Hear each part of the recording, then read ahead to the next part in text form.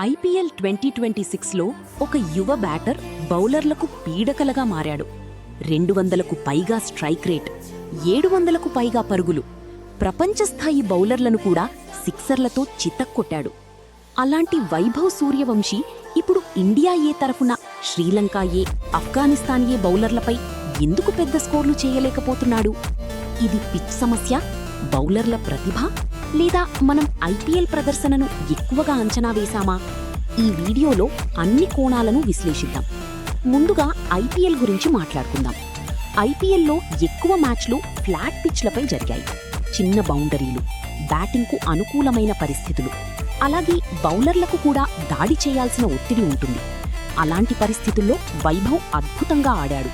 ఇక్కడ ఒక విషయం గుర్తుంచుకోవాలి, 700 పరుగులు చేయడం చిన్న విషయం కాదు.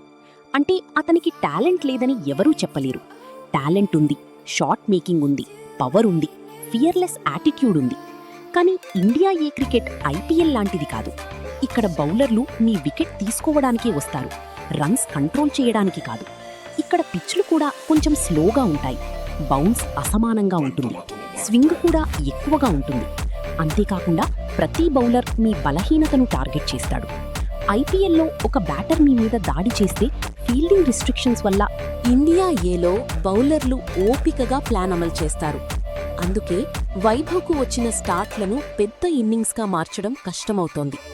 చాలామంది ఒక తప్పు చేస్తున్నారు. శ్రీలంక ఏ, ఆఫ్ఘనిస్తాన్ ఏ అంటే బలహీన జట్లు అనుకుంటున్నారు. అది నిజం కాదు.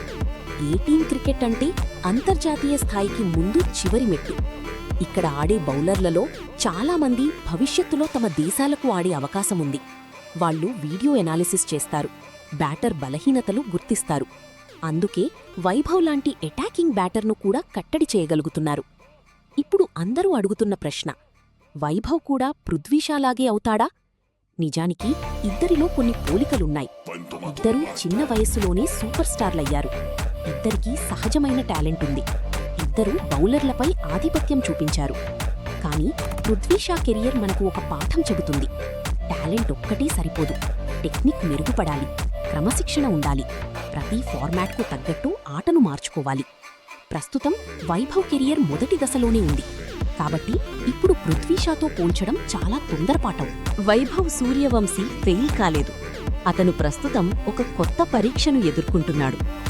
ఐపీఎల్లో దూకుడుగా ఆడటం ఒక స్కిల్, కానీ ఇండియా ఏ స్థాయిలో పరిస్థితులకు తగ్గట్టు ఆడటం మరో స్కిల్. గొప్ప బ్యాటర్లు ఈ రెండింటినీ నేర్చుకుంటారు. వచ్చే కొన్ని సిరీస్లలో వైభవ్ ఎలా స్పందిస్తాడో చూడాలి. అప్పుడు మాత్రమే అతను నిజంగా భారత క్రికెట్ భవిష్యత్తు సూపర్ స్టార్ అవుతాడా లేదా అనేది తెలుస్తుంది. మీ అభిప్రాయమేమిటి? వైభవ్కు అసలు సమస్య పిచ్లా, బౌలర్లా లేక టెక్నికలా? కామెంట్లో చెప్పండి. వీడియో నచ్చితే లైక్ చేసి ఛానల్ను సబ్స్క్రైబ్ చేయండి.